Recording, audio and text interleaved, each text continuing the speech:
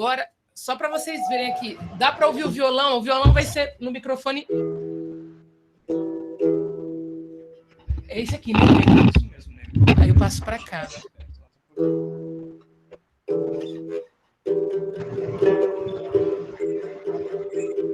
Dá para ouvir o violão?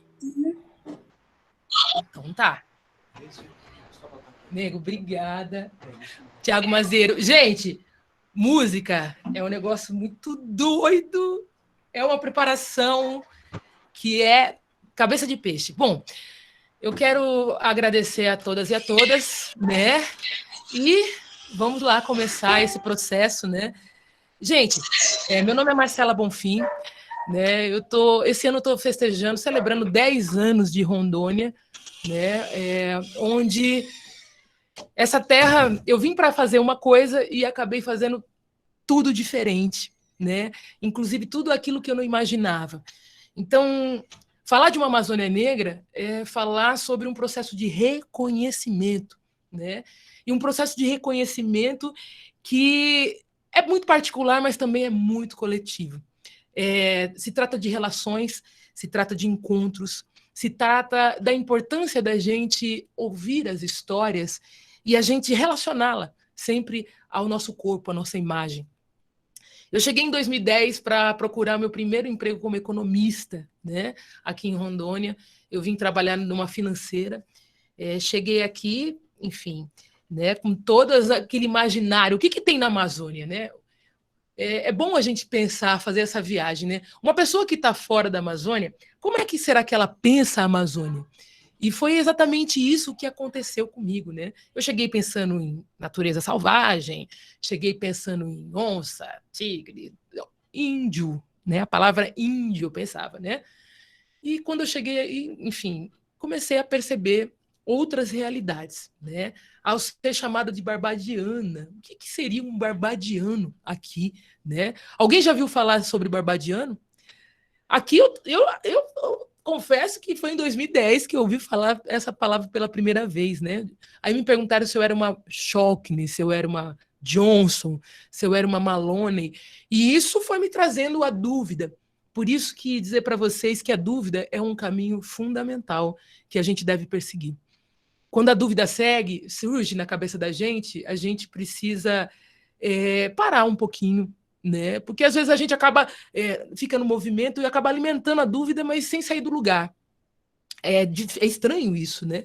No meu caso, a dúvida começou a surgir dessa frequência. Cada vez que eu saía de casa para andar, as pessoas perguntavam: você não é daqui, né? Mas você é uma Johnson? Você é uma barbadiana? E aquilo foi me trazendo cada vez mais essas inquietações. Eu falei: pera lá, tá demais, né? O que seria uma barbadiana? E um dia eu perguntei para uma amiga, né, a Margot Paiva: Margot, me fala aí, o que é um barbadiano? E ela disse: são as famílias tradicionais negras de Rondônia.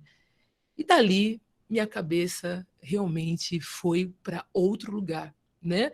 Porque eu falei: bom, mas famílias tradicionais negras, para mim, família tradicional, a gente vê nos livros de história como, né, essas famílias de sobrenomes que a gente conhece aí, que são ressaltadas na mídia, que tem empresas, que tem supermercados, que tem o dinheiro, né? Eu nunca tinha ouvido família tradicional relacionada ao meu corpo, né? Mas depois que eu cheguei aqui em Rondônia, isso foi possível, principalmente por esse canal que a dúvida me proporcionou. Então, dali eu falei: meu Deus, como seria a imagem de um barbadiano? E eu comecei a pesquisar na cabeça, né? Porque até então, como é que... Né, a dúvida surgiu a partir da imagem. Já que me relacionaram, eu falei: bom, se eu sou parecida com uma barbadiana, como é que é um barbadiano? E dali a cabeça começa a funcionar. Isso é muito importante para nós, principalmente para vocês que estão aí na escola, né? Como é necessário esse exercício da cabeça, ainda mais quando a gente está no mês da consciência negra, né? O que seria essa consciência negra? Por que a gente celebra esse dia? Por que a gente celebra esse mês? Então a gente está no lugar oportuno. Estamos falando sobre uma Amazônia Negra, algo que a gente não ouve falar todo dia, mas a gente vive, e estamos no mês de novembro, que é o mês que a gente fala da cabeça de negro. da consciência que é necessário não só o negro atingir, mas como também as pessoas brancas. Porque o Brasil, ele é esse país que nós estamos, né? Que é, de certa forma, confuso, mas é, de certa forma, muito diverso. Então é importante que a gente pense agora nesse lugar. Estamos na Amazônia Negra e estamos na consciência negra. Então, dentro dessa cabeça, nós vamos passear, como eu passeei. Quando eles me falaram sobre, né, essa imagem do Barbadiano, relacionando a mim, aquilo eu comecei principalmente falei, meu Deus do céu, vamos lá, vamos levantar essa imagem. Aí eu lembrei que muito tempo eu não costumava olhar no espelho, né? Eu tinha um sério problema com a minha imagem, principalmente com a minha identificação sobre negra. Eu falo que uma criança negra no Brasil, ela nasce com cerca de 300 anos nas costas. Em 300 anos de uma história que é muito mal contada, e a parte que a gente conhece é a parte do estigma, é a parte do açoite, é a parte da vitimização, e a parte, principalmente, que a gente não gosta, né? Quando eu estudei na minha época, que foi na década de 80 e na década de 90, as pessoas falavam sobre... a mesma coisa que eu falei, o índio, as pessoas falavam do escravo. Falavam, mas você é neta de escravo. A sua família é tudo escravo. Então, aquilo, para mim, me machucava muito. Era uma coisa que eu não queria olhar, nem para minha imagem. Então, eu fui embranquecendo com o tempo. Lá em Jaú, interior de São Paulo, onde eu nasci, né? E é uma cidade que foi fundada também dentro do racismo, né? Jaú é uma cidade que teve a expansão do café, né? Então, são regiões no Brasil que foram completamente divididas, né? Como o corpo do negro. O negro, antes de chegar no Brasil, antes de ser tirado da África de forma desumana, ele era de identidades africanas, eram muitas identidades. A gente tinha... gente, a África é um continente. É diferente do Brasil. Ela é um continente, ela tem vários países. Então, é muito grande você pensar na África. E aí, quando eles trouxeram todas essas populações africanas de forma escravizada, que é diferente de escravo, aí que está o poder da escola e o poder da educação, da gente nos educar conforme, né, conforme a gente vai aceitando a diversidade, né? E aí a gente vai descobrindo o poder da palavra. Quando eu descobri que eu não era uma escrava, que eu fui uma escravizada, mudou muita coisa. E foi aqui em Rondônia que essa educação ocorreu. A partir do momento que eu fui colocada num papel de dignidade, porque quando eu comecei a pesquisar sobre o barbadiano, eu descobri que os povos barbadianos, eles eram populações que chegaram aqui na Amazônia e foram trabalhar na madeira mamoré, né? Muitos auxiliaram principalmente nesse papel da educação, né? Ajudaram o processo de institucionalização da educação, da saúde, e eram populações que tinham... a colonização deles é inglesa. É diferente do brasileiro, é diferente daqui do boliviano, que foram pelos espanhóis. Então, nós estamos dentro de um recorte de uma região que hoje você pode falar que essas identidades também têm por influência essas colonizações, né? Hoje a gente já passou dessa fase de... não dá para falar que nós não aceitamos todo esse processo assim, de grado, porque isso traduz também numa certa... o negro, ele tem direito de ter a sua raiva, ele tem o direito de ter a sua indignação por esse processo, mas ele também tem o direito de contar a sua história. Então, hoje eu estar aqui falando com vocês é exercer um direito de contar uma narrativa a partir de um corpo que se reconheceu tardiamente, porque até os 27 anos, foi a idade que eu cheguei aqui, eu me considerava uma negra embranquecida. Por quê? Eu acreditava na meritocracia, eu estudei na PUC São Paulo, fiz economia, vocês logo estão indo para a universidade, né? O que vocês querem ser? Eu pensava nisso. O que eu quero ser? E eu pensava na educação como esse lugar de o que eu quero ser, eu vou ser. Né? Minha avó falava, estudou, vai ter. Né? Fez a coisa certa, né? Aquela lei de ação e reação. Só que eu não imaginava que dentro desse processo de lei, né? Essas leis, existem, né? O racismo, existe a xenofobia, existem vários fatores que trazem para a gente muitas dificuldades. Ou seja, as oportunidades não são as mesmas. Por mais que eu tenha me formado na PUC São Paulo, que é uma das melhores universidades do Brasil, Quando eu saí para procurar o emprego nas empresas que eu acreditava ser, né? Eu falei, não, estudei na PUC, eu quero eu quero trabalhar numa Deloitte, eu quero trabalhar numa Price, eu quero trabalhar, enfim, tinha um rol de empresas que eu já tinha pesquisado. Por que não ver uma mulher negra na Bovespa? Mas eu não tinha essa consciência. Eu puramente acreditava na meritocracia antes de vir para Rondônia. Então, tudo que eu estava fazendo era em prol dessa meritocracia. Então, vocês imaginam como chegar em Rondônia em 2010 foi algo bastante frustrante também para mim. Então, eu não vim assim porque eu quis. Eu vim porque era uma oportunidade que parecia mais fácil do que estar em São Paulo com uma mulher negra, recém-formada em economia, procurando um emprego que não achava. Aliás, eu achei o emprego. Em 2009, eu fiquei o ano inteirinho procurando emprego. Eu fui por mais de 30 empresas. A única empresa que me aceitou foi um call center. Eles aceitaram a minha voz, mas não a minha imagem. Então, para vocês verem como o plano da imagem é algo fundamental. E nela se carrega, inclusive, todos os estigmas desses processos que nós vivemos até hoje. A escravidão, ela é algo que resiste até hoje. Porque se eu for entrar numa loja, eu ainda chego primeiro. Ninguém sabe quem eu sou, mas ela é negra. Então, chegar em Rondônia e ser identificada como uma barbadiana, eu senti algo diferente que em São Paulo. Eu senti um seja bem-vindas, porque quando eu fui descobrir, os barbadianos aqui, eles tiveram tantas contribuições e é uma população negra, né, bastante relevante. Mas dessa população negra eu também fui descobrindo o know-how que Rondônia tem, ou seja, cosmopolita. Nós somos uma terra cosmopolita, se tratando de negro, muito mais ainda. Então, é uma terra que você pode falar de identidades negras, não só como um povo negro, são vários povos.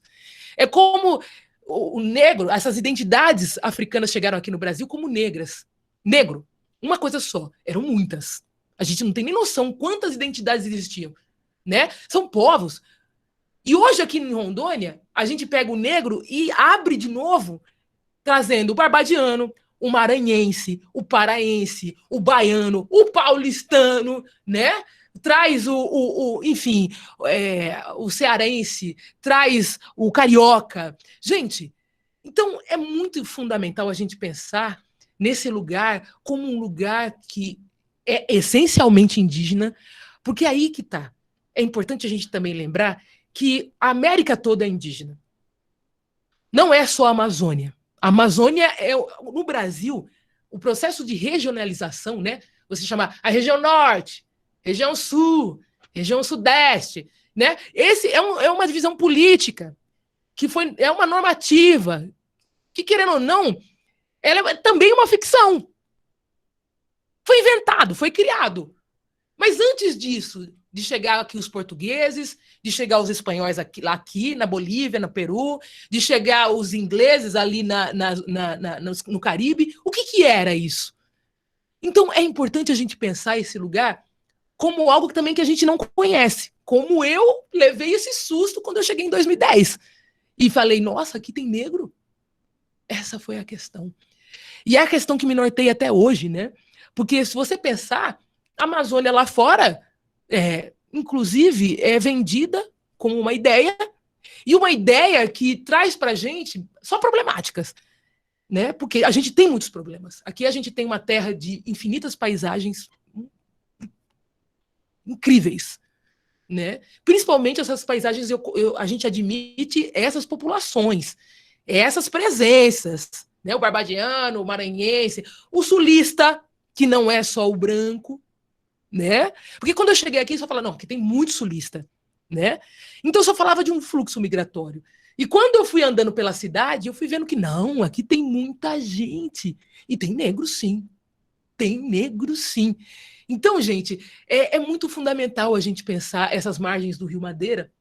Na década de 70, na década de 30, 40, ela tocava blues, tocava soul. Os barbadianos foram uma quebra. Vamos voltar na década de... Eles chegaram aqui no início do século. Vamos voltar no início do século, então. O início do século, você imagina, os corpos negros eram todos, né, a gente tinha recém de um processo de abolição, que foi aquela forma bem esdrúxula, porque aboliu, mas não aboliu. A gente continua dependente, e mais do que dependente, fomos marginalizados, né? A maioria virou minoria, né? Porque hoje, quando eles falam sobre as pessoas que não têm acesso ao recurso, se dirige como minoria. Mas não, nós somos a maioria. E fomos minorizados com o tempo. É a mesma coisa da imagem da Amazônia. A imagem da Amazônia ela é vendida como uma imagem, mas existem tantas imagens aqui dentro. Então, quando a gente fala sobre fotografia na Amazônia, a gente precisa admitir principalmente esse conjunto de imagens que a gente não conhece. Ou melhor, que a gente ainda não reconhece. Por isso que a importância de vocês estarem dentro desse processo, dentro da educação, traz para a gente isso. O que tem fora da minha cabeça que eu preciso entender? O que tem fora desse imaginário que está tão real aqui na minha frente? Aí se fala sobre uma consciência de imagem, né? Por isso que vocês vão sair aí para fazer suas faculdades, né? E, gente, é totalmente diferente quando a gente sai consciente. Se eu tivesse essa consciência que eu tenho hoje, estudando na época que eu estudei na PUC, eu entrei em 2004 e saí em 2008, foram 5 anos. Se eu tivesse essa consciência, nossa, eu teria saído muito mais preparada para o que eu ia enfrentar, né? Que é o mercado de trabalho e os seus vários formatos, né? A fotografia, ela veio aqui em Rondônia. E eu não deixo de ser economista. Porque o que é economia? Vamos lá, uma síntese da economia. Simplesmente o poder de organizar. Organização. Mas sim, organizar. A princípio, um economista, um bom economista, ele tem que arrumar sua cama todo dia de manhã, ele tem que deixar tudo pronto para poder começar a pensar nos demais. Nos demais que eu digo assim, nos demais afazeres, né? Porque assim, a economia ela trabalha muito com reflexos. Muito com reflexos. Tanto é que quando a gente ouve falar sobre o mercado de trabalho, o mercado da Bovespa, hoje está turbulento, não, a bolsa calmou, está mais tranquila. Então, as atribuições emocionais são levadas para o campo da economia. E a gente está ali dentro dessa... Né, praticamente quando você vê um economista dando uma como fala assim, ele sempre dá uma provisão, né? Falando sobre economia, praticamente uma mãe de Ná, né? Olha, a economia está assim, porque é esse senso da organização. Então, quando a gente chega aqui em Rondônia, hoje eu trabalho com uma imagem que praticamente a gente vai organizando essa imagem. Vai trazendo para essa imagem o aspecto da dignidade, porque cada negro que está aqui, gente, é uma raiz também, né? E mais unida a essa essência que é indígena. É importante a gente sempre ressaltar. Aqui, às margens do Rio Madeira, né, tem uma ativista cultural que é a Márcia Mura, ela fala sobre os muras, né, ela defende a presença dos muras, né, que veio, né, que foi uma presença que foi, querendo ou não, desaparecida depois do processo da borracha, né? Os processos extrativistas aqui na Amazônia também tiveram muitas, enfim, contribuições e também tiveram muitos aspectos que trouxeram para a gente o apagamento de identidades, né? Os muras e outras identidades indígenas ainda estão aqui na margem do Rio Madeira, mas de forma inconsciente. Estão adormecidos. Eu moro na margem do Rio Madeira, né? É uma comunidade urbana que está aqui pertinho, né? Mas todo mundo, os traços são indígenas, mas eles ainda não se reconhecem, né? Então, falar sobre a história do Brasil, falar sobre as identidades brasileiras, olhar esse recorte da Amazônia e dizer que, olha, existe assim, mas não está dentro da nossa cabeça como consciência. Então, é importante que a gente tenha isso bastante pautado ao falar sobre uma Amazônia Negra. Quando eu comecei, né, a primeira exposição, as pessoas falavam, meu Deus, mas é verdade, a Amazônia é negra mesmo. Eu conheço isso, e começaram a levantar histórias, né? E esse processo, ele aconteceu dessa maneira, a partir das histórias. Quando eu entrei na casa dos Johnson e eles começaram a me contar, né, sobre os pais, sobre os avós, como era importante, como que foi chegar. Você imagina, eles chegando, a gente estava no início do século, vamos voltar para o início do século, quando a gente está num fervor econômico, que não, porque assim, fervor econômico era tudo esses aspectos sociais no início do século começou aqui, assim, pela Madeira Mamoré, porque nunca se ouvia falar do empreendimento. Aqui era um lugar que estava o Brasil estava trazendo os olhares para cá, não só o Brasil, como os investimentos estrangeiros. Então, a Madeira Mamoré chega aqui, né, como um empreendimento, auxiliar desse processo de extrativismo da borracha, né, porque para tirar as borrachas daqui precisava de um transporte, a linha férrea foi a opção. Então, começa a se desenvolver esse processo e esses negros antilhanos, essa grande diáspora afro-antiliana, que além dos barbadianos vieram os granadenses, várias populações, começaram a descer. Muitos ficaram no Pará, muitos ficaram no Amazonas, e um grande contingente chegou aqui em Rondônia e foram absorvidos por esse empreendimento. Então, nessa época, gente, não se via negro dessa maneira. Falando inglês, aqui. Você imagina, era um outro tempo. Aqui a gente está dentro. Isso aqui, gente, a gente está dentro de um acesso. Mas aquele outro lugar era um outro tempo. E o negro, ele tinha esse corpo, né, completamente estigmatizado, cheio de camadas de estigmas.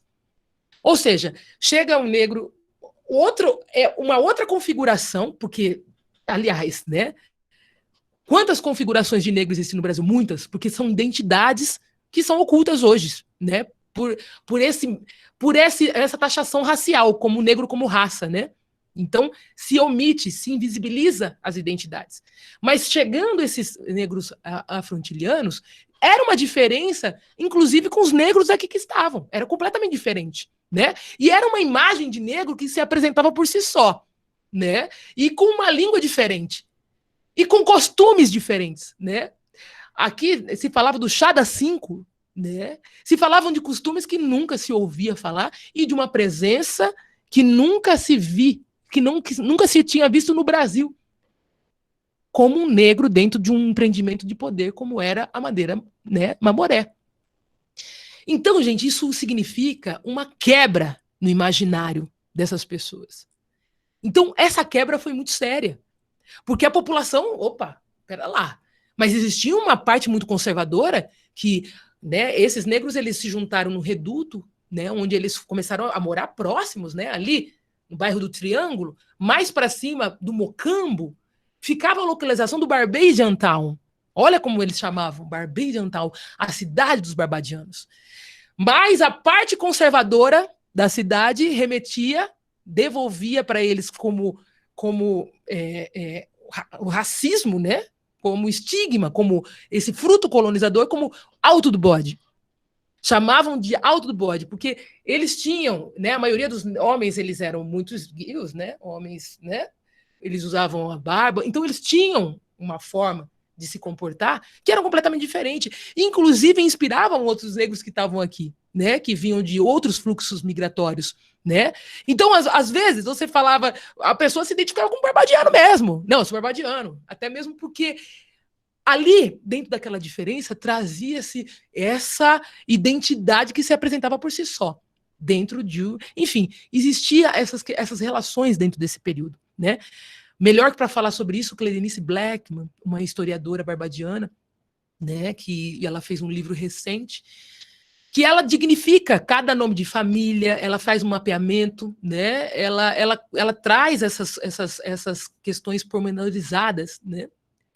Então, você imagina me identificarem como uma barbadiana, e quando eu descubro isso, eu fico, meu Deus, eles gostaram de mim, Rondônia está gostando de mim.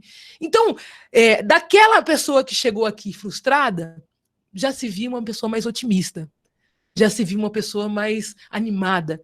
E aí eu resolvi comprar uma câmera fotográfica, porque eu queria mostrar isso para minha família. Eu falei, gente, vocês não vão acreditar. Aqui tem negro que fala inglês, eu fui na casa deles, a comida deles é completamente diferente, eles fazem o cozidão com dumplings. Lá eles têm um bolo chamado cabeça de negro. Eles comem queijo de bola. Eles têm uns rituais muito fundamentais. Eles são músicos por essência. Tem o Norman Johnson, que é professor de matemática, né? Que é um músicozinho, tá doido. Bubu Johnson, que canta Ijexá.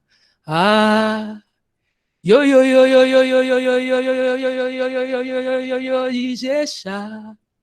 Lá vem tropas portuguesas, lá vem tropas holandesas pra gente matar. E Zumbi gritou: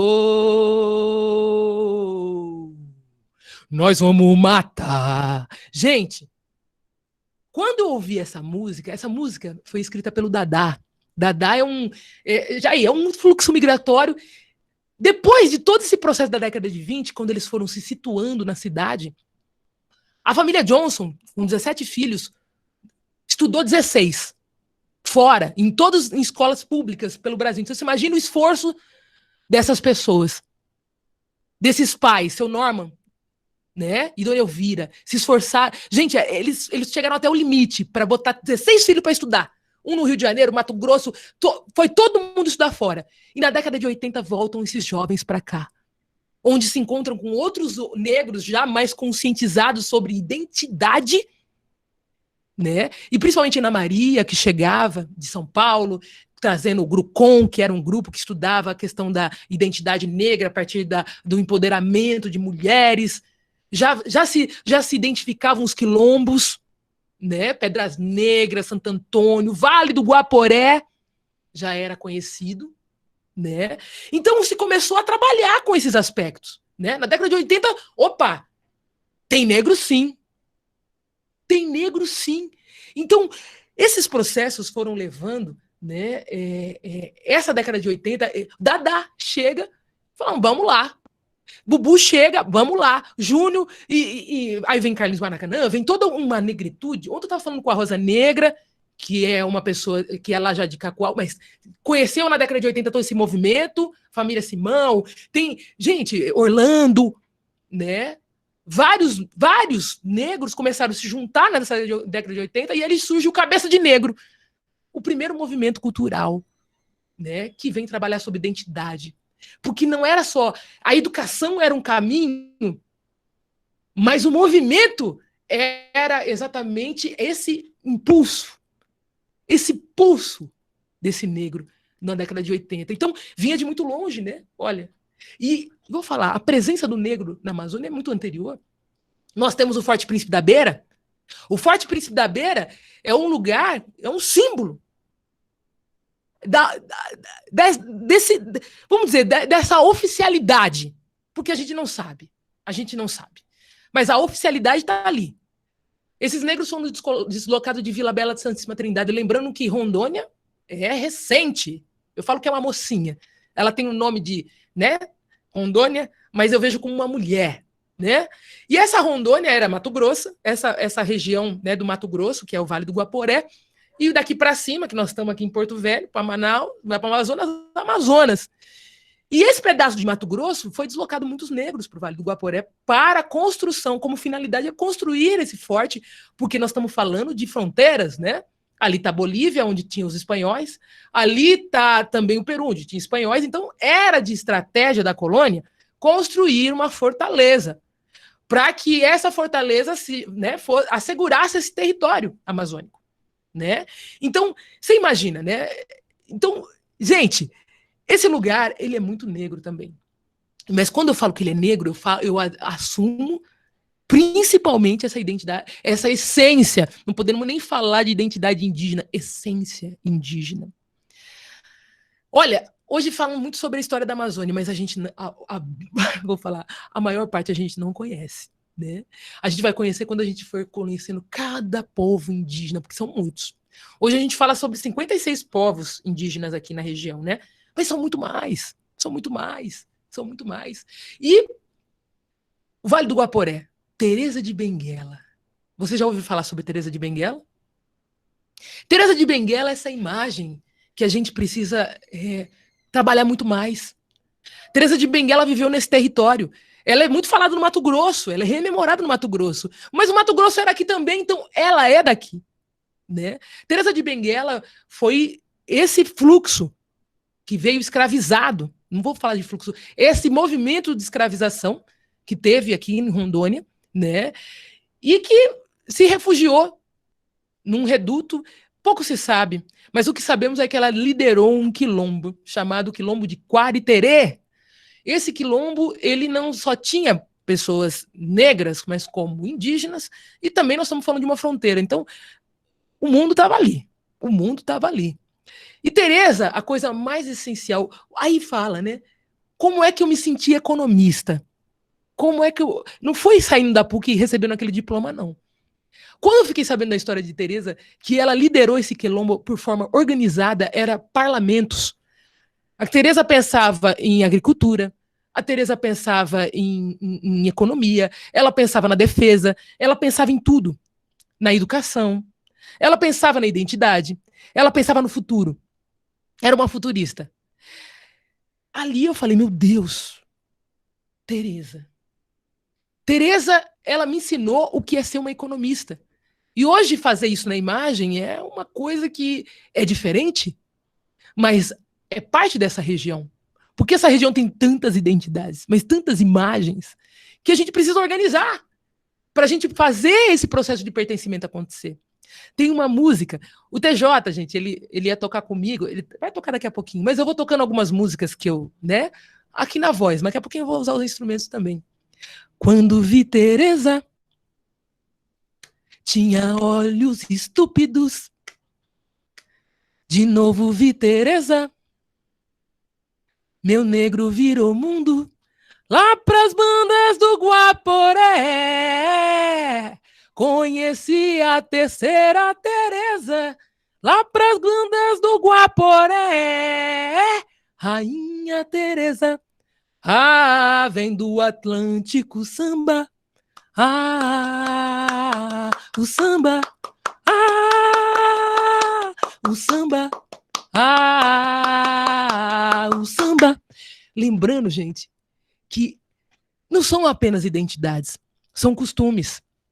A gente toca samba, o rap, o funk, o soul, o rock, todas essas diretrizes musicais têm raízes negras. Então,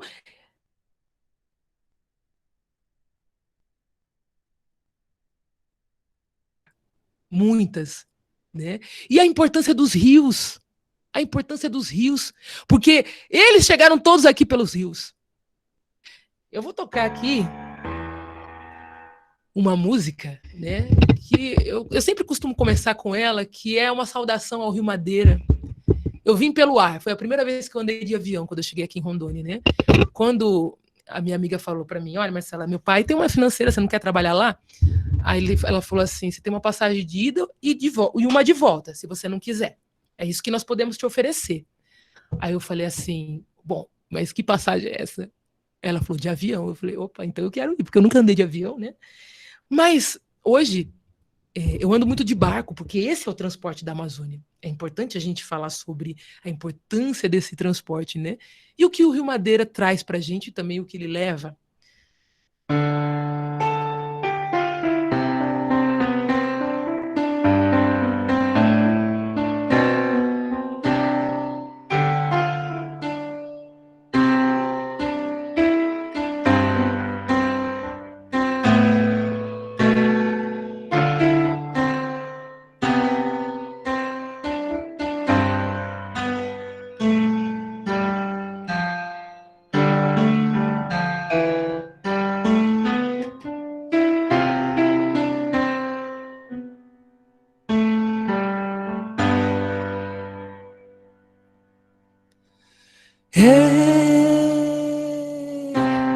Como é que vai?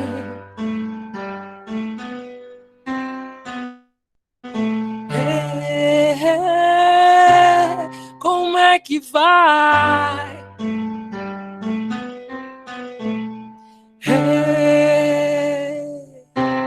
Como é que vai?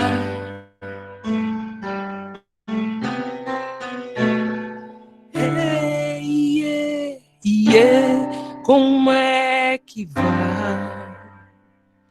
Eu vou de Rio Madeira.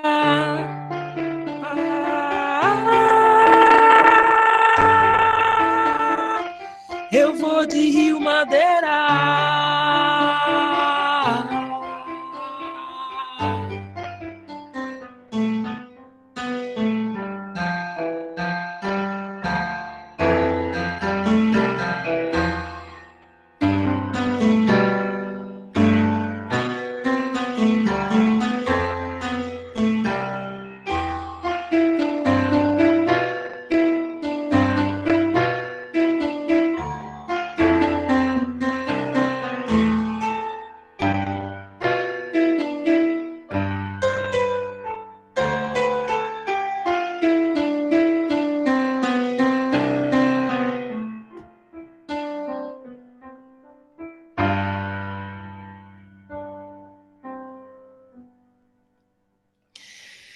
Esse é um trechinho de Rio Madeira, Dona Nicásia, né? Dona Nicásia é a cara da minha avó. Esse é o aspecto mais incrível. Como essas imagens me trouxeram a própria imagem da minha família, né? Dona Nicásia é a cara da minha avó. Quando ela abriu a porta lá em Vila Bela, eu fui experimentar o canjinjim. O canjinjim é uma bebida que era servida na época da escravidão para amenizar as penas dos negros, né? O que essas mulheres faziam? Os senhores castigavam muito os negros por nada, inclusive, por nada, eles eram castigados. E para amenizar, eles faziam chantagem, olha. E aí, elas traziam o canjinjim e dançavam com o canjinjim na cabeça e serviam esses homens. Dançavam chorado, né? Então, é uma bebida que hoje o negro ressignificou tudo isso, né? Porque é uma bebida que trouxe muita dor. Quantas mulheres tiveram... Porque você para pensar isso, né? Alguém castigando um dos seus e você tendo que dançar e servir para amenizar uma pena que já estava dada, né? Então isso aconteceu, mas hoje isso vem de uma forma cultural e ressignificada pelo próprio negro. Então isso hoje é a cultura daquele lugar. E eu fui conhecer o gosto dessa bebida. E quando eu bati palma, fala, chama a Dona Caxi. Dona Caxi! Quando ela abre a porta, eu falei, misericórdia. Eu falei, ah, meu Deus, minha avó, cara da minha avó. Eu falei, nossa senhora. E ela falou, calma, né? Assim eu fui conhecendo a Amazônia Negra.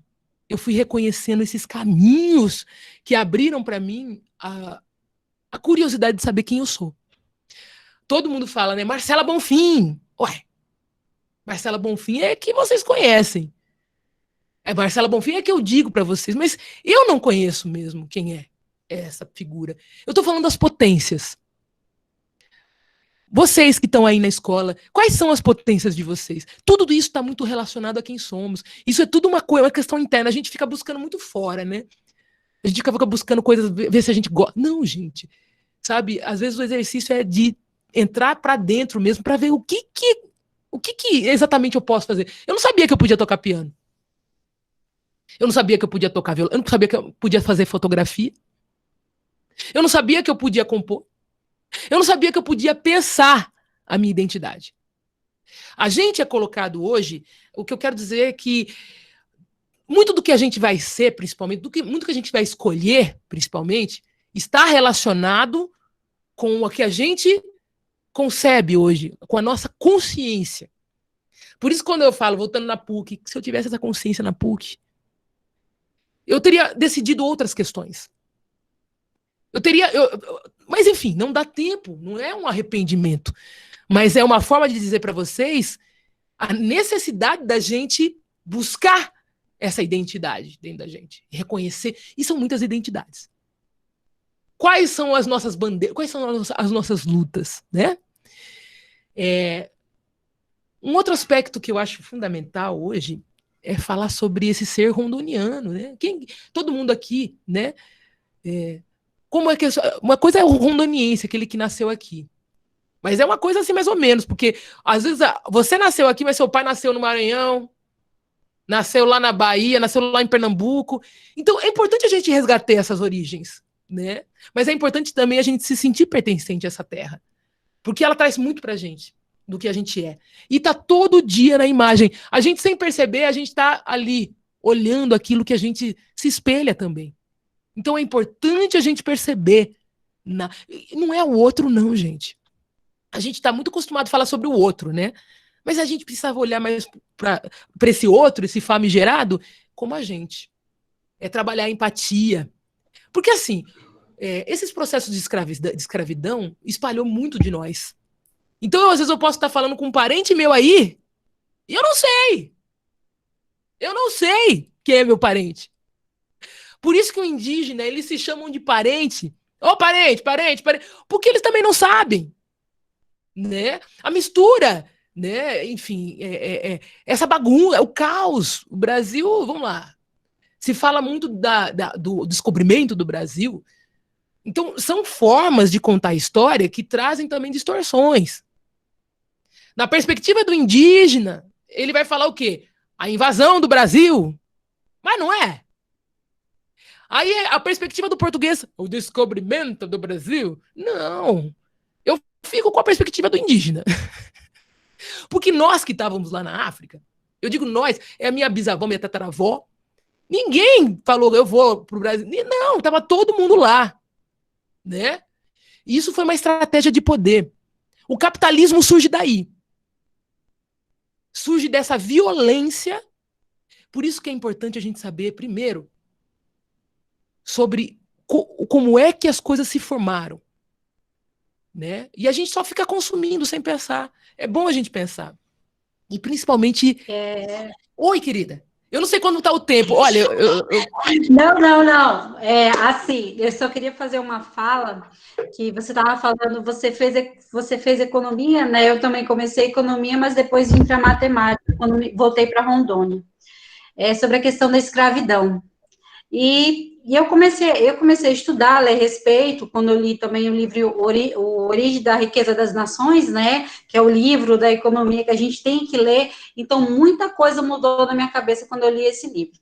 E uma coisa que eu parei para analisar é que a gente fala muito, como você fala, a gente tem que fazer muita pergunta, a gente tem que fazer muitos porquês. A gente tem que se encher de porquês para a gente ter essência também. Sim. Uma coisa que os meninos não entendem, quando você falou da questão do continente, a gente fala África, mas não é África, é continente africano, porque lá é o Congo, é o Egito, é o Beni, é um monte de países, nações e tribos. Uma coisa que eu queria deixar claro é, a escravidão, ela sempre existiu, desde a antiguidade. Ela sempre existiu, por dívida, por questão de guerra e outros motivos. O branco, ele escravizava o branco. O que aconteceu foi que ele viu uma facilidade e a justificativa, porque nós somos enganados pelos olhos. Ele olha para o negro, grande, a pele, e ele usa a cor da pele como justificativa. Mas, na verdade, era porque a escravidão era rentável demais. Eles iam lá, na costa, por toda a costa africana, e trocavam muito dos prisioneiros, porque eles guerreavam entre si, e trocavam por armas. Então, a escravidão aconteceu porque o europeu inventou uma desculpa esfarrapada, dizendo que os brancos eram superiores e os negros, por serem diferentes, eram um povo sem alma. Mas era só questão econômica. Foi só isso. Era porque era rentável. Sim. Então, a gente tem que fazer mais do que o dia da consciência negra. A gente tem que fazer o dia, o mês, o ano, a década, o século, até todo mundo compreender que muitas das ações ricas que hoje existem foi construída na base da lágrima, suor e sangue de um povo do continente africano. É isso que o povo tem que entender. E que o racismo nasceu daí. O racismo é consequência de simplesmente ganância humana. Não tem nada a ver com genética. Não tem nada a ver com... É só isso. Era só isso que eu queria colocar. A escravidão, ele é um processo muito antigo, né? Como você disse. Agora, a questão de se utilizar pelo fenótipo vem dentro desse processo. Porque, veja só, é como se tirasse, inclusive, o direito e o poder da subjetividade negra, né? Eu me sentia, até um tempo, muito vazia. Eu falava, gente, será que a gente não tem... Eu entrei na universidade muito fraca, né? Eu não conseguia me enquadrar os modelos, né? Lemos Davi Ricardo, vários desses autores, né? Hegel, vários desses autores, Marx, que eu acredito que foi uma leitura que mais acomodou meu corpo, assim, o que eu conseguia entender, eu conseguia assimilar. Mas quando eles chegam na África, gente, a África existia tecnologia, sim. Quando o negro, eles se apropriaram não só do corpo e do fenótipo, porque a cor, ela é uma criação.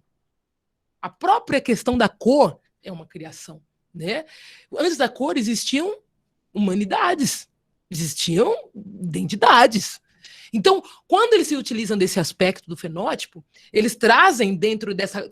Existia uma corrida, uma cruzada, né? Ali estavam em disputa a Espanha, a Holanda, enfim, a Inglaterra, Portugal, a França, vários países fragmentando um continente inteiro.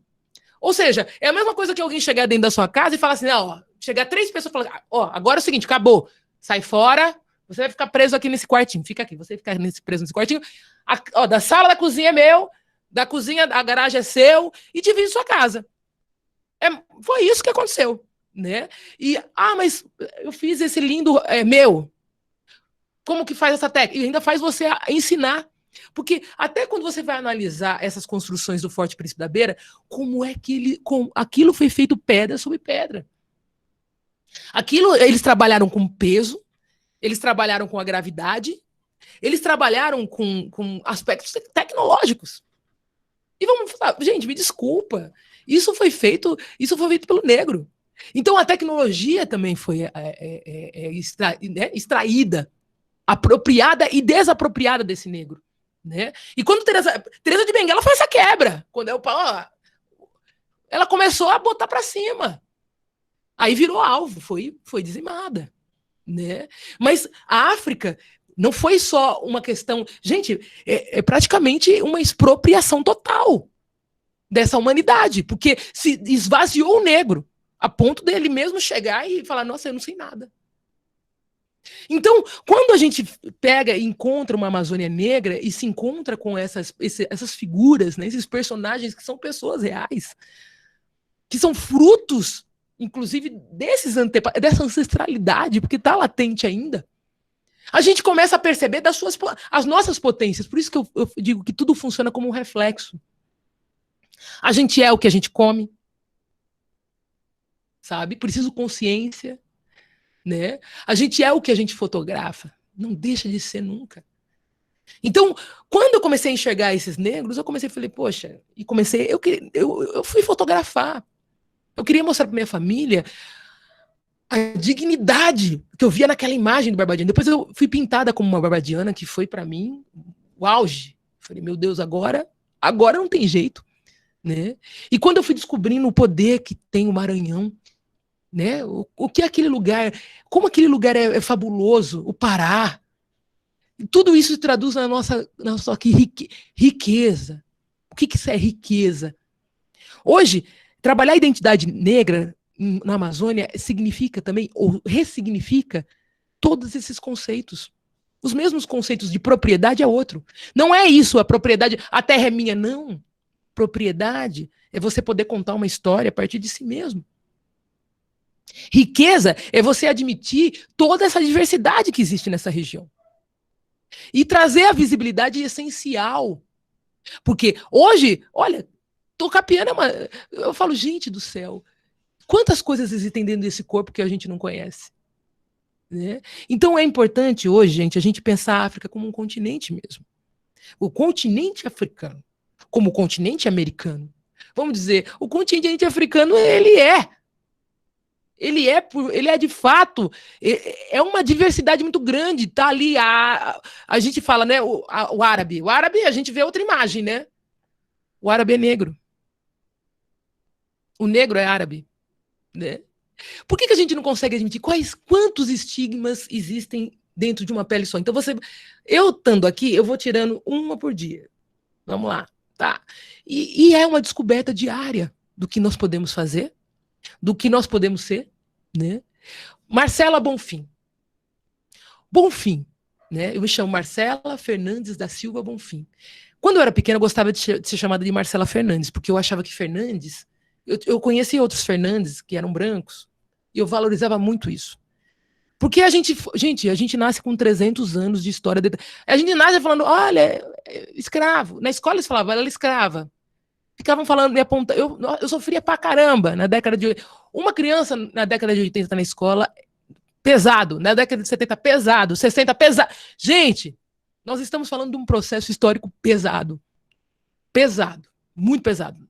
E a gente carrega isso nas costas. Mas hoje estar aqui na Amazônia significa trazer um pouco de leveza. Trazer a arte como esse instrumento de deixar tudo mais leve, tudo mais tranquilo, da gente também poder perceber a história como ela é, reconhecer a África como um continente e fazer, tem tecnologia. Nós somos apropriados. Gente, a gente sabe fazer muita coisa. Porque antigamente o pessoal falava assim, o negro podia tocar pagode, jogar futebol, né? Pode, claro que pode, pode tudo, mas pode ser advogado, médico, porque os melhores médicos, os senhores, inclusive, acessavam as senzalas para se curar, né? A história não conta isso. Dos pretos velhos, né? A cura era feita a partir na senzala, né? Enfim, são tantas tecnologias, né, que eu chego a dizer, olha, a gente estava dentro de um seminário lá em Minas Gerais, do Festival de Artes Negras no ano passado, e falando que o passado é essa tecnologia que o negro precisa acessar para se descobrir no hoje, né? Enfim, meu sobrenome, né? Eu não gostava do Bonfim. Eu achava que o Bonfim era muito preso à escravidão, porque Bonfim me levava à Bahia. A gente sabia que tinha um santo na Bahia que era o Santo Bonfim, né? Eu falava, eu que não quero. Porque eu tinha medo de terreiro. Eu morria de medo. Na minha família, dentro da minha própria família, ensinaram o céu e o terreiro. Então, essa era a divisão que eu fazia dentro da minha concepção de religião, né? E isso foi me levando a ter medo de mim mesma. Bonfim, ai, Deus que me levou. Marcela Fernandes, eu falava. E a escola insistia em me chamar de Marcela Bonfim, que era o primeiro e último sobrenome. E hoje, aqui na Amazônia, eu consigo sentir o poder, né? Eu consegui ressignificar isso, né? Eu fui trabalhar dentro do presídio com o Marcelo Felitti, né? Onde eu entrei dentro de um lugar onde ninguém quer estar. Ninguém quer estar. E ali eu comecei a me colocar no lugar daqueles homens e me senti muito mais presa que eles. Porque eles conseguiam dançar, eles conseguiam fazer teatro, eles conseguiam contar a própria história a partir de uma outra narrativa. E ali eu comecei a tentar me acertar. Essa é a Carol. A Carol é uma descendente da Guiana Inglesa, né? Dona Úrsula Maloney. A Carol hoje vive na rua. A Carol é vítima das questões sociais, principalmente da drogadização, né? Dona Úrsula Maloney, que educou boa parte dessa Porto Velho. Bubu Johnson, barbadiano. E voltando no Bonfim. E eu tinha muita vergonha. E aqui eu falei, não. Bonfim é a parte do meu pai. É a parte que ele não sabe explicar. Meu pai não sabe falar sobre o Bonfim. Ele não sabe. Ele saiu de lá, dentro da fazenda, fugido, junto com o irmão, porque senão iam, depois que a mãe morreu, não queriam mais saber. Não, agora não faz mais parte daqui. Mandaram o menino embora. E ele foi parar num convento, num mosteiro de padre, e o irmão dele foi parar em outro. Ele em Jaú, e o irmão dele ficou em Campinas. E eu perguntava, pai, mas o que é o seu Procópio da Festa do Divino? A gente vai falar daqui a pouquinho. E aí eu falava pro meu pai, mas e aí? Não sei. E chegando aqui, me veio a resposta, né? Eu fui fazendo essas constelações dentro do presídio com o Felitti. E aí eu cheguei. Bonfim é o sobrenome da fazenda, é o sobrenome da fazenda, é o sobrenome do senhor. Bonfim é o sobrenome da fazenda, é o sobrenome da fazenda, é o sobrenome do senhor. O rio e o mar é do senhor, o céu e a terra é do senhor, o filho e o pai é do senhor, é do senhor. O rio e o mar é do Senhor, o céu e a terra é do Senhor, a mãe e a dor é do Senhor, tamanha dor. Bonfim é o sobrenome da fazenda, é o sobrenome da fazenda, é o sobrenome do Senhor, é do Senhor, é do Senhor, é do Senhor. Então, eu tirei o Bonfim da fazenda e consegui entender que muito maior do que esse estigma que eu tinha na cabeça, é Sananã. É uma saída dentro de um terreiro aqui em Porto Velho, que é uma entidade que fala da sabedoria, né? Da lama. É da lama a sabedoria, né? É uma mulher que está em todas as mulheres negras, né?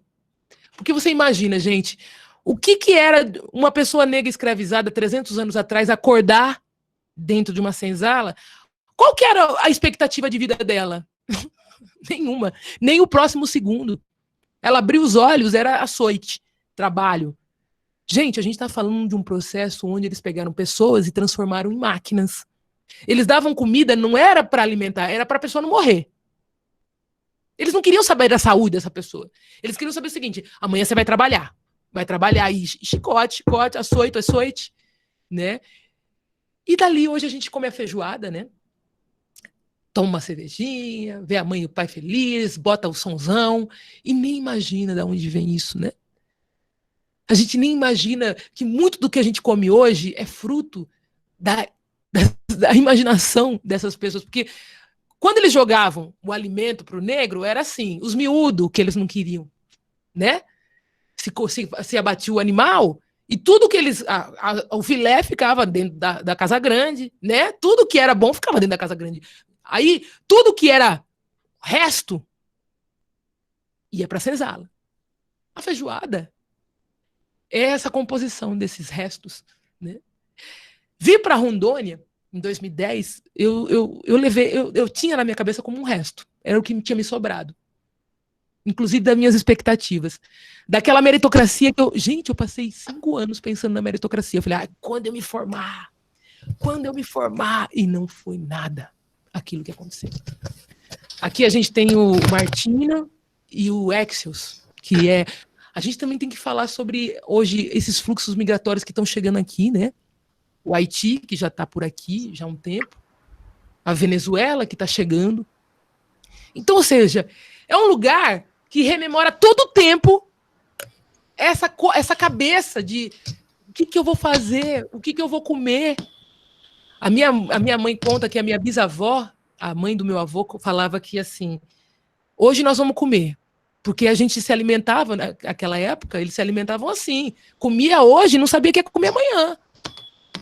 Eles comiam aquilo que tinha, que chegava. E às vezes chegava de doação, às vezes chegava que trabalhava, recebia, trocava. Eles trocavam muitas coisas. A minha mãe conta que a minha avó, por parte da minha avó, trocou um terreno que ela recebeu de uma família por um saco de farinha com outros alimentos. Ela não tinha noção, mas ela precisava comer. Então, gente, vocês têm que pensar o seguinte: essas pessoas, para a gente chegar até aqui, muita coisa aconteceu. Muita gente comeu. Oi, querido. Marcela, boa tarde. Aqui é o professor Adriano. Como é que vai? Bem, graças a Deus. Olha, maravilhosa a sua fala. E você tocou no ponto exatamente que a gente tem que começar a se encaminhar, porque nós já estamos a 1 hora de live, tá? Sim, claro. O tempo passa rápido, né? E aí você falou, né, do olhar do caminhar, né? E agora, assim, né? Você veio para Rondônia, você se tornou uma fotógrafa, você começou a cantar, você começou a compor, você começou a estar uma cena muito emergente cultural aqui em Rondônia, né? E aí, como é que é a partir de agora, assim? Como é que vai ser? A gente está em 2020, um ano que vai ficar para a história, né? Um ano de, inclusive, as populações mais empobrecidas, menos favorecidas pelas políticas públicas, pela saúde, são as que estão sendo mais impactadas, né? Você estava falando da questão da necessidade de comer, que é uma coisa básica do ser humano, né? Então, foi o que a gente mais teve notícia, vou dar um exemplo, você não está na educação direto, mas a merenda escolar, que antes era servida na escola, agora é destinada para a família do estudante, né? Ele tem que ir na escola buscar.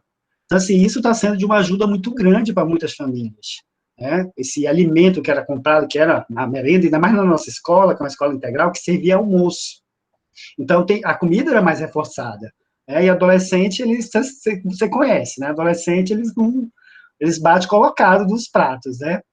E aí, para você, a partir de agora, assim, a gente está em 2020, como é que vai ser essa perspectiva para você? Como é que você enxerga, né? Principalmente, a sua fala é muito potente, principalmente para os jovens, né? A gente tem aqui uma galera que está no 3º ano, então, assim, eles estão naquele processo que é, ao mesmo tempo, desafiador, mas eu sei que é angustiante para eles, né? Porque eles vão sair da escola, e aí tem todo um futuro esperando por eles, e aí muitos deles têm esses anseios, esses sonhos, né?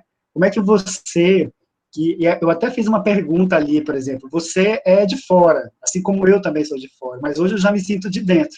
Como é que você se sente, né? Sendo de fora, agora você já é de dentro. Isso é bem um conceito da antropologia, né?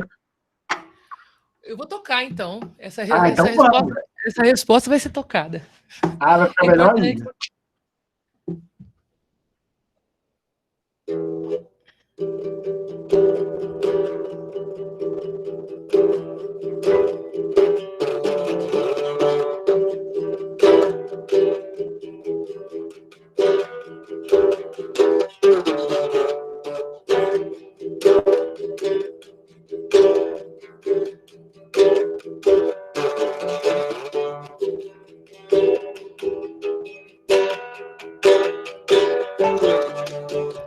Eu sou fruto da Bahia, em São Paulo fui nascer. Eu sou fruto da Bahia, em São Paulo fui crescer, fui morrer, yeah.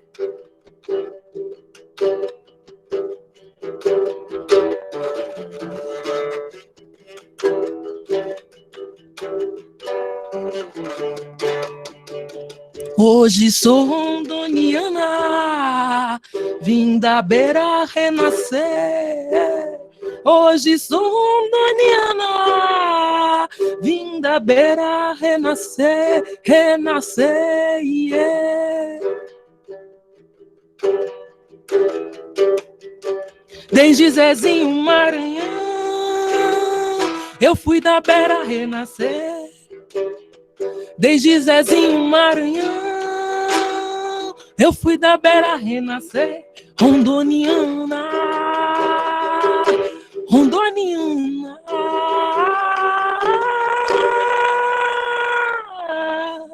Salve, salve o Senhor do Bonfim.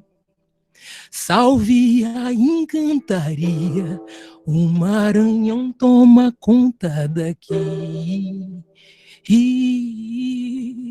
Salve, salve o Senhor do Bonfim. Salve a encantaria, o Maranhão toma conta daqui. O Maranhão toma conta daqui. O Maranhão toma conta daqui. O Maranhão toma conta daqui. O Maranhão toma conta de mim. Hoje eu falo que eu sou rondoniana. Rondoniana, assim, Maranhão foi um fluxo migratório daqui. O professor Chiquinho é um professor militante, ativista, dá aula aqui em Porto Velho, é um professor. O irmão dele é esse compositor que trabalha... Ele compôs uma música chamada Rondoniana, né?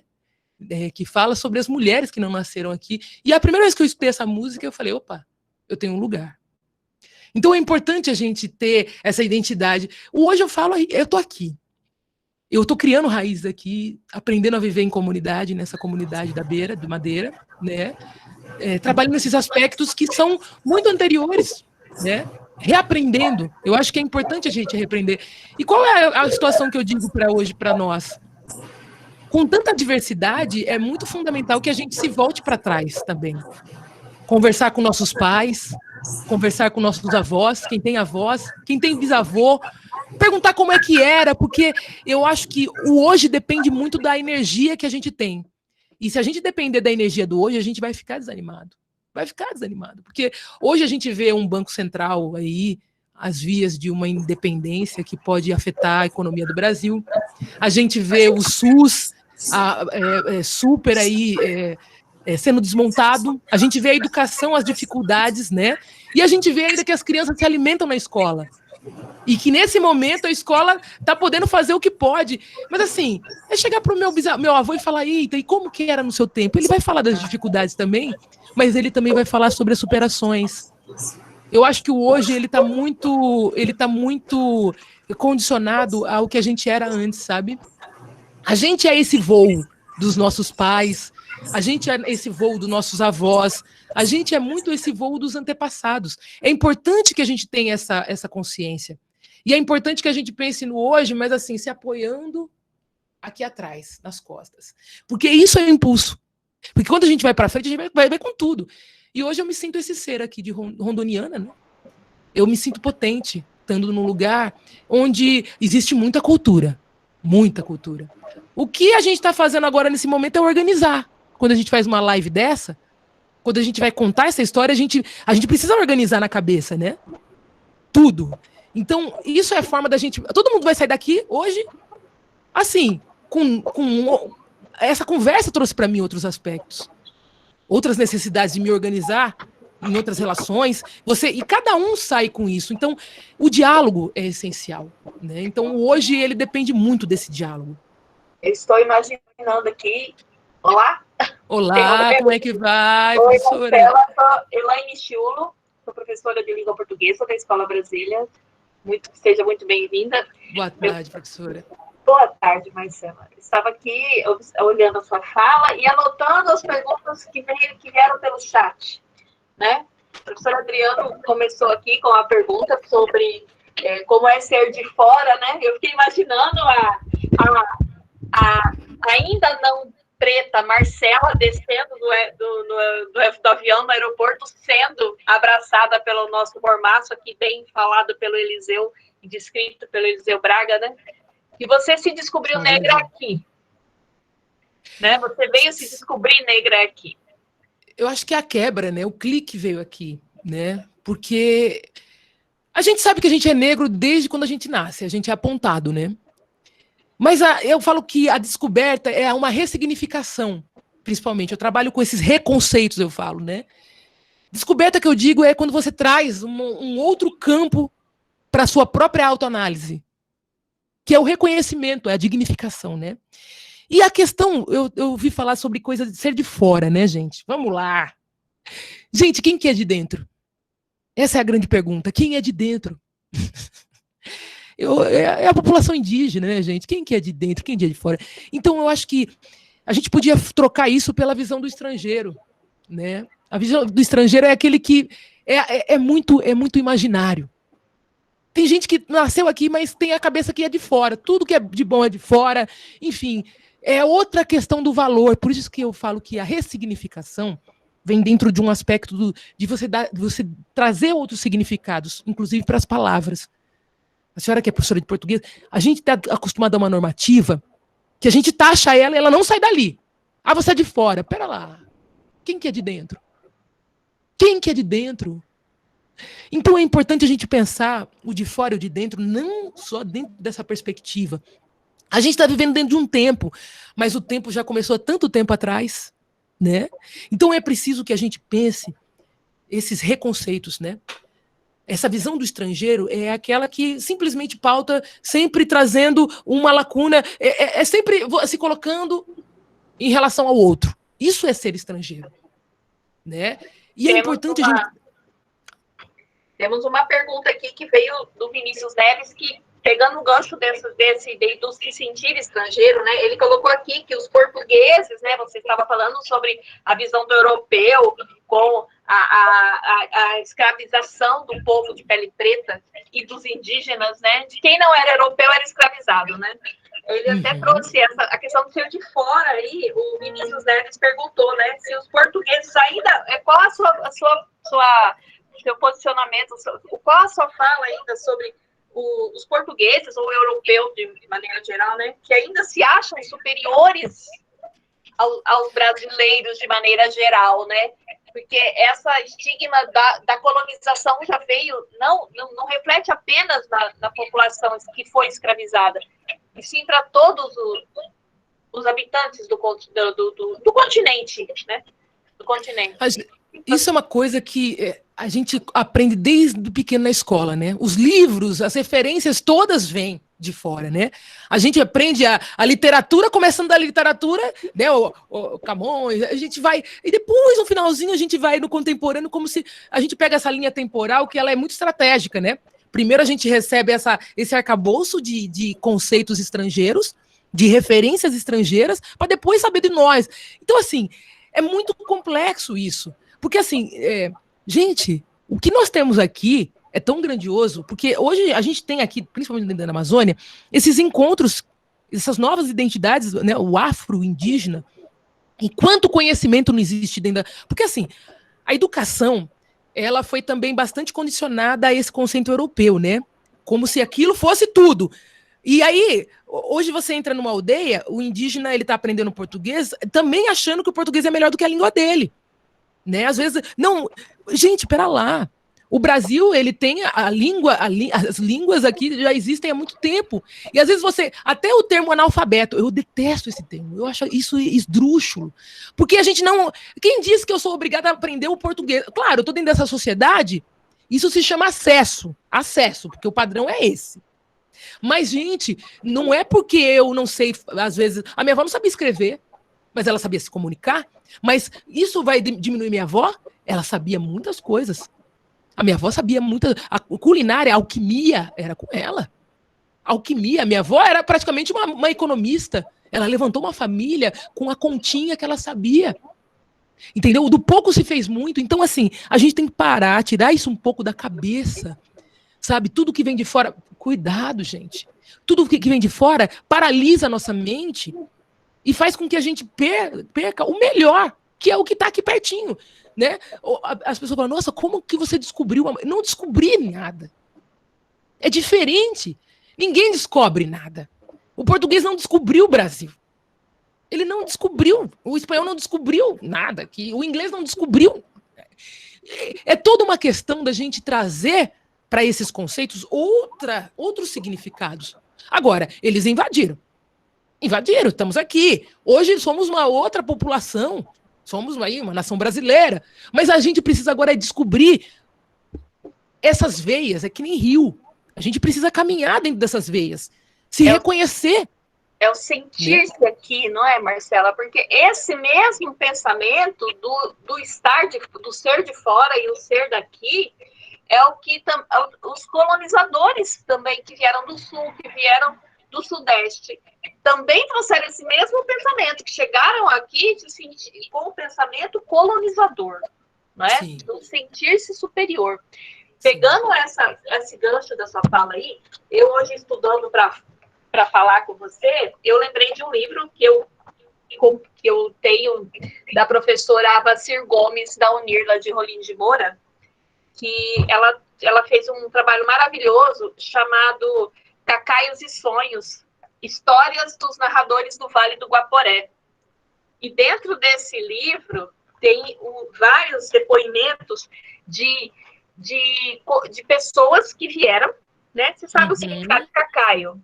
Você sabe o significado de cacaio? Não. Cacaio era uma mochila feita com... O professor Adriano sabe, ele estava sorrindo aqui, sabe? Uma mochila feita com calça jeans. E as pessoas que iam desbravar a selva colocavam os seus pertences dentro dessa mochila, que era chamada de cacaio, né? E esse trabalho foi feito inicialmente pelos nordestinos que vieram trazidos para cá. E quando eles acessaram, adentraram as florestas, depois vieram os sulistas, né, para cá. Então, e já chegaram com um olhar colonizador para o cacaio. Mas dentro dessa desse livro aqui, também nós temos vários, ela traz vários tipos de narradores, e os habitantes dos quilombolas que existem. Você deve ter conhecido lá no Vale do Guaporé o Quilombola de Jesus. Você ouviu falar do Senhor Jesus?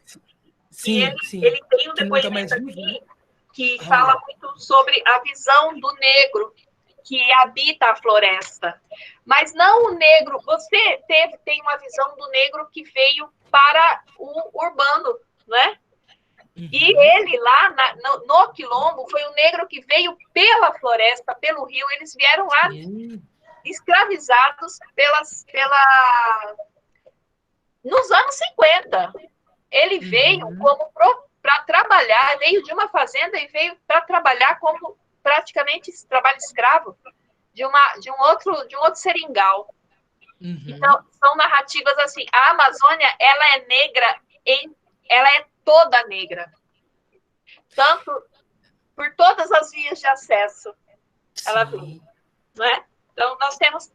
É um lugar muito afim, sabe? O corpo negro, eu falo assim, que é um corpo que busca caber nos lugares, né? Esse lugar, ele é muito... dizendo como um corpo mesmo. Hoje eu moro dentro de uma comunidade, né? E é uma comunidade que é praticamente indígena. Todo mundo ali, eu falo assim, né? Eu brinco com ele, todo mundo índio. Né?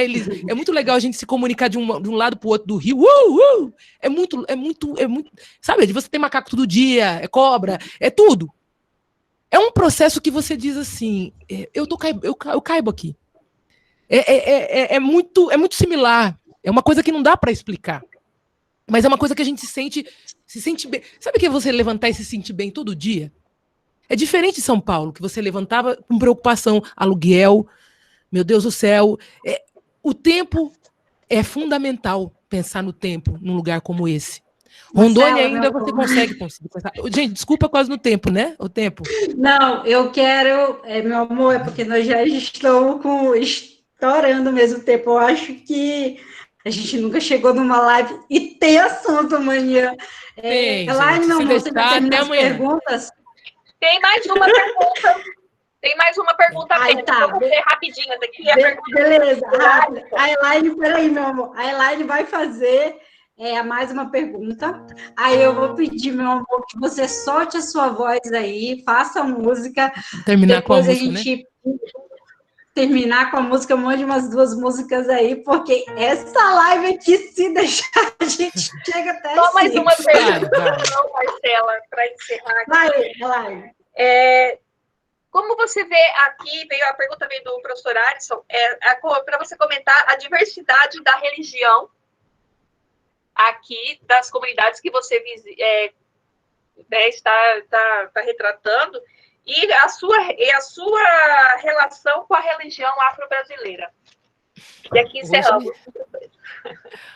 Eu vou dizer que eu me encontrei aqui dentro da afro-brasilidade. Eu consegui finalmente entender, né, que não era nada contra mim, mas simplesmente ao meu favor. Se você for parar para pensar, nós chegamos até aqui por conta que nós nunca perdemos a fé. A fé do negro hoje a gente chama de fé, mas é uma coisa que é uma coisa muito interna, né? Gente, açoite, sobrevivemos a condições subhumanas, né? E hoje, quando eu estou aqui em Rondônia, é um lugar onde a gente se ressalta, inclusive, esses corpos indígenas que foram dizimados também dentro dos seus interiores, a sua cultura. Então, assim, existe muita afro-brasilidade aqui, né? A gente está falando do Maranhão, do Pará, nós estamos falando de fluxos porque, querendo ou não, tudo foi reinventado no Brasil. Hoje a gente fala do candomblé, mas a gente fala também da Umbanda, que o negro, voltando na questão da feijoada, né? Jogaram miúdo, o negro devolve a feijoada. Jogaram açoite, o negro devolveu o samba. E os santos, né? Jogaram o cristianismo e o negro pega, abraça e devolve a Umbanda, né? E trazendo também o corpo do indígena, né? Porque a gente fala dos caboclos, a gente fala da a nossa matriarca, que é a cabocla Jurema, né? Que nasce aqui no Amazonas, né? Então, são identidades que foram se compondo dentro de uma violência. Então, não é pouco falar sobre o negro, não é pouco falar sobre o indígena, porque eu falo assim, uma live de 1 hora, eu queria ficar falando amanhã, a tarde inteira, a noite inteira, porque nunca vai faltar assunto, porque é uma vivência que a gente tem ainda aqui, ó, é a flor da pele, é uma vivência à flor da pele, mas muito interna, trabalhar os aspectos da ancestralidade. Hoje eu me encontro aqui dentro de Rondônia e me encontrei dentro da minha afro-brasilidade, sou, sim, de comunidade de terreiro, né? E assim, eu posso dizer que a cabeça é algo muito fundamental ao negro. O corpo foi completamente paralisado. Você imagina, a gente era acorrentado, a gente era açoitado, mal alimentado, mas a cabeça é o que nos levava a lugares, nos tirava dessa condição. Você pode ler Conceição Evaristo, ela diz que a mãe dela ela sentiu fome.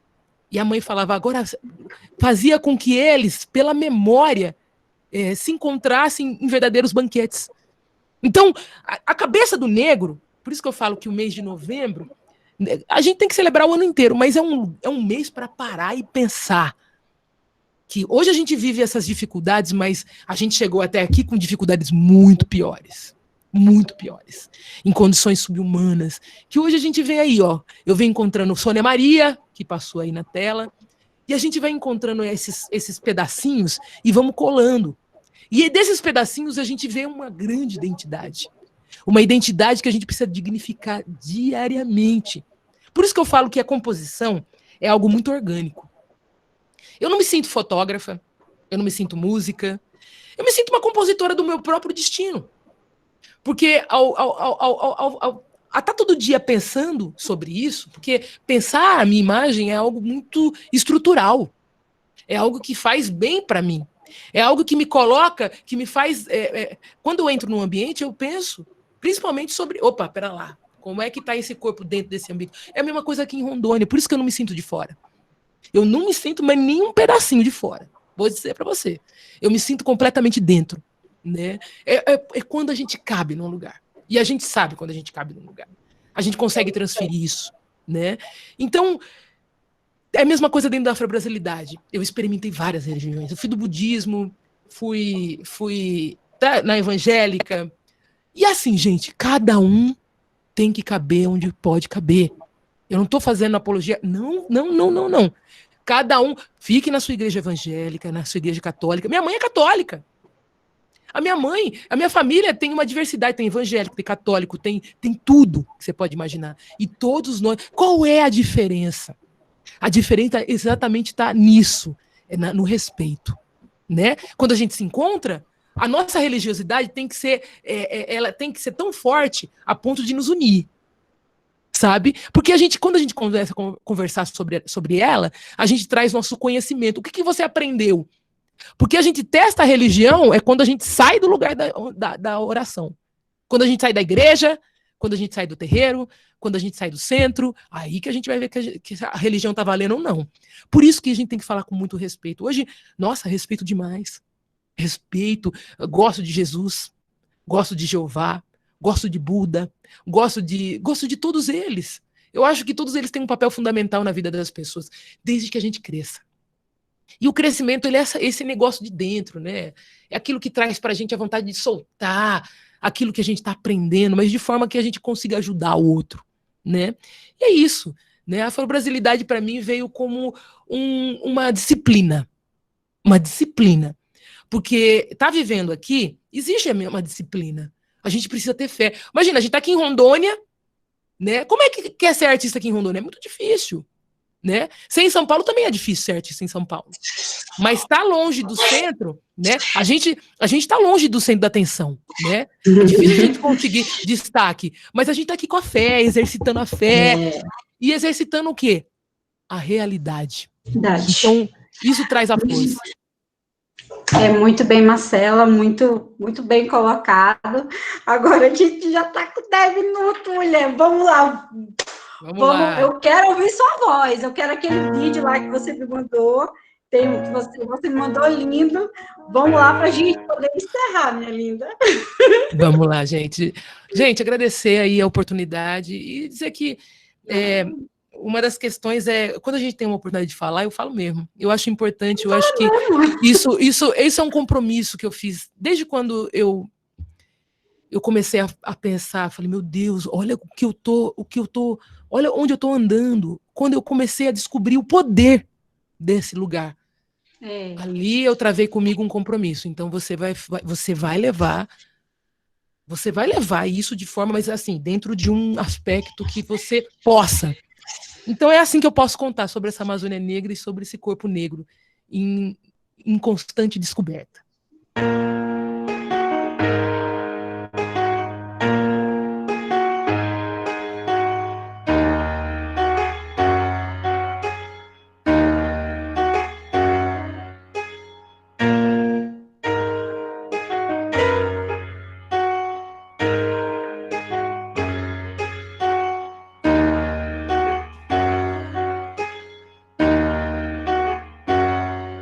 Ao negro, o pulsar do corpo negro,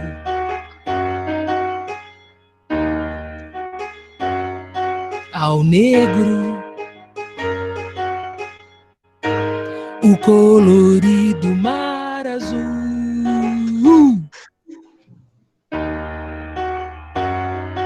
azul da cor do mar, o mar é negro azul, ouro, a pele do mar é negro azul. Ouro, a pele do mar é negro azul. Ouro, a pele do mar é negro azul. Ouro, a pele do mar é negro azul.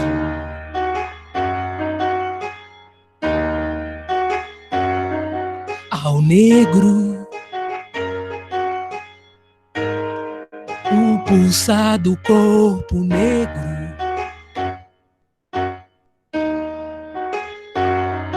ao negro, o colorido mar azul,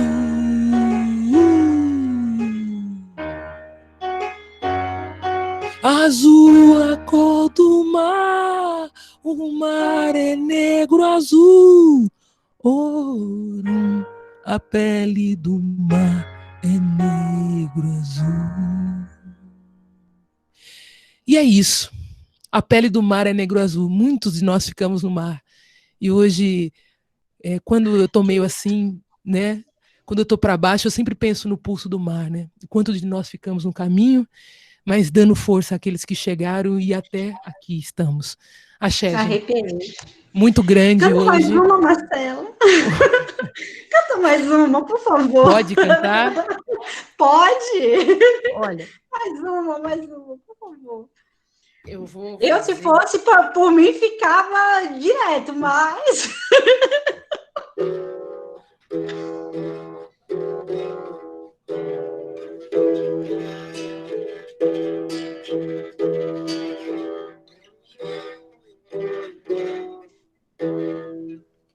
Deixa eu ver aqui se eu consigo. Oh, meu Deus do céu. Gente, eu acho que essa aqui... Pronto. Essa aqui se chama Ileodara. É exatamente isso que eu estou falando, né? Como é que a gente faz para descobrir o que tem dentro de nós? Ileodara. Pra dançar Ileodara, pra dançar Ileodara, tem que agigantar, tem que agigantar, tem pra dançar Ileodara, pra dançar Ileodara, tem que agigantar, tem que agigantar, dispara. O corpo preenche, resvala, natureza que chega embala, tem que agigantar, tem que agigantar, tem que agigantar.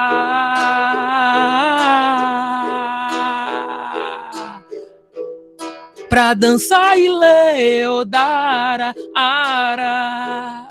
pra dançar Ileodara, tem que agigantar, tem tem que agigantar. Dispara, o corpo preenche e resvala, natureza que chega embala. Tem que agigantar, tem que agigantar, tem que agigantar, tem que agigantar. Olha, Ilê Odara, né? Odara significa beleza. Para dançar Ilê Odara significa o seguinte: é a mesma coisa para chegar no profundo. Você tem que agigantar. E para agigantar, gente, vão saber quem vocês são. Vai conversar com o avô, vai conversar com o pai, vai saber de onde nós viemos. Você que tem a cor mais clara, você que é negro mesmo, retinto, você que nem sabe o que é, tá na hora de conhecer. Eu acho que esse é um movimento que nós precisamos fazer para encarar tudo que vem para frente, porque nada vai ser igual. Tudo vai exigir da gente a nossa autoconfiança. Não adianta só prestar vestibular e decorar a matéria, aprender história, geografia. É preciso aprender o que há de dentro de nós. Porque aí a gente vai descobrir a forma que a gente sabe aprender. Eu descobri a forma com a qual eu aprendo. Eu, a vida inteira, passei perrengue. Eu não conseguia aprender português, eu não conseguia aprender matemática. E hoje eu sei a forma. Mas a forma, ela vem quando a gente descobre quem a gente é. E aí os caminhos ficam mais fáceis. Então, para dançar Ilê Odara, tem que agigantar. E agigantar, gente, é fácil. Vão atrás dos seus pais, dos seus avós. Vão atrás daqueles que vocês confiam. Ali vocês vão se sentir grande. Axé. Axé, axé. Marcela, em nome da Escola Brasília, de todos os colegas presentes, dos estudantes presentes, a gente quer agradecer do fundo do coração. Foram momentos maravilhosos. Assim, a sua fala é uma fala que ela afaga, ela fala com a gente de uma forma muito, muito forte, né? Mesmo um tema tão pesado, né? Então, assim, eu quero agradecer mesmo, de verdade. E eu, assim como você falou da sua formação enquanto estudante da PUC, os nossos estudantes da Escola Brasília, em oportunidades como essa, têm a chance de ter acesso ao conhecimento, a vivências, né, a exemplos, assim como o Paulo Freire fala, né, que a gente educa pelo exemplo, né, de potências para a vida dele, né, potências para a vida deles. Né? Então, assim, a gente agradece. A gente se estendeu um pouco mais, mas, enfim, né, tudo certo. Né? Deu tudo certo, a tecnologia ajudou. Né? Gente, me coloca à disposição para quando vocês precisarem, a gente sempre está aí. Eu acho que é um compromisso que eu fiz com Rondônia.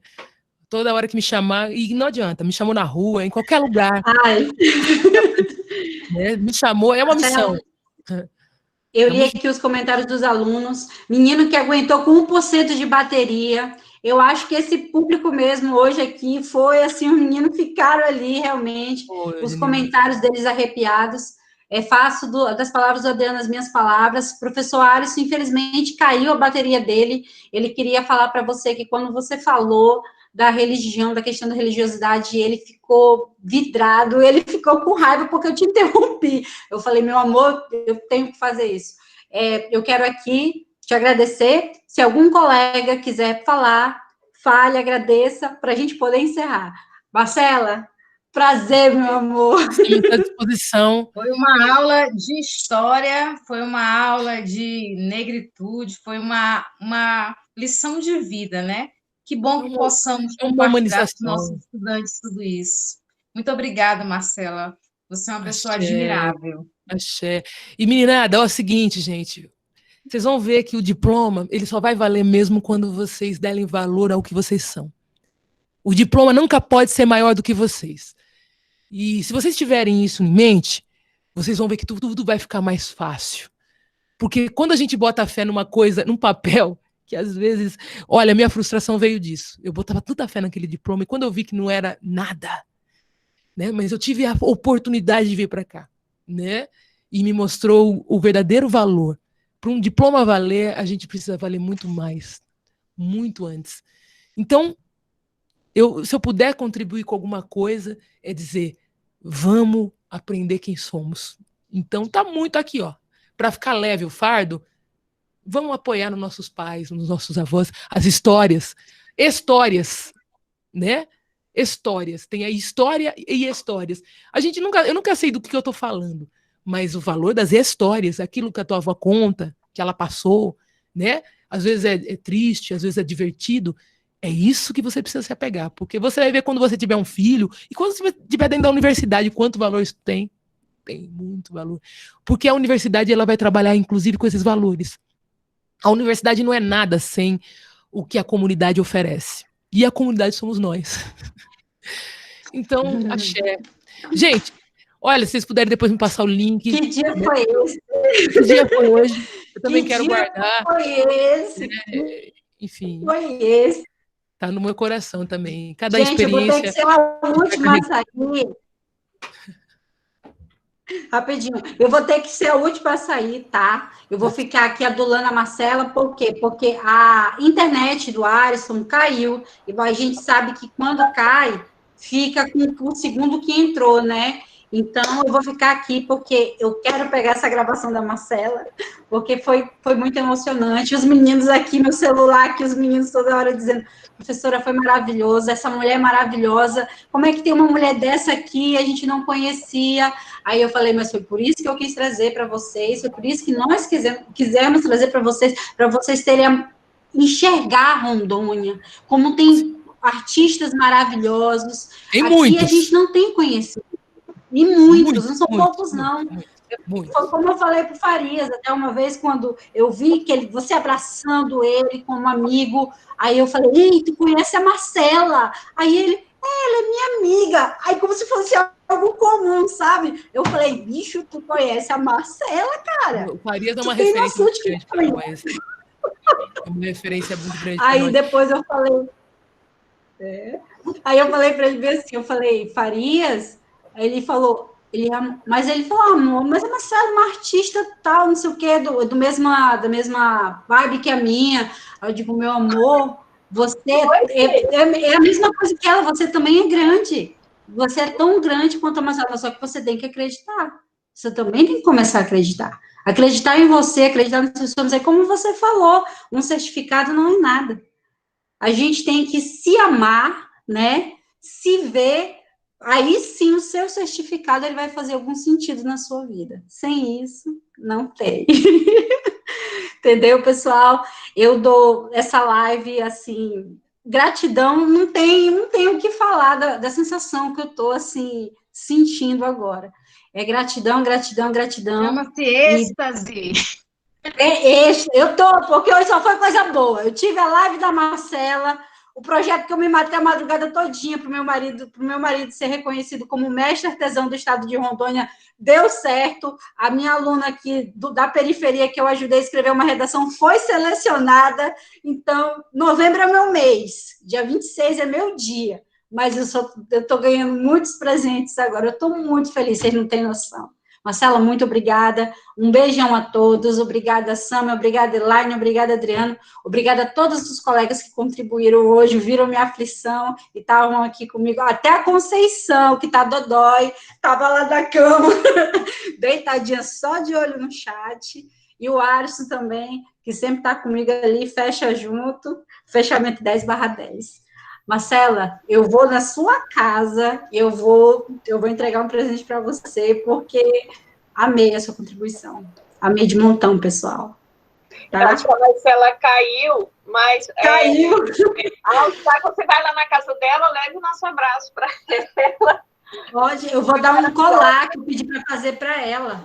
Pode ir, pessoal, podem sair, porque eu tenho que ser a última a me pegar essa gravação, porque o Alisson saiu. Aí eu tenho que ficar... Tá bom? Valeu, beijo, gente. meus amores. Muito obrigada.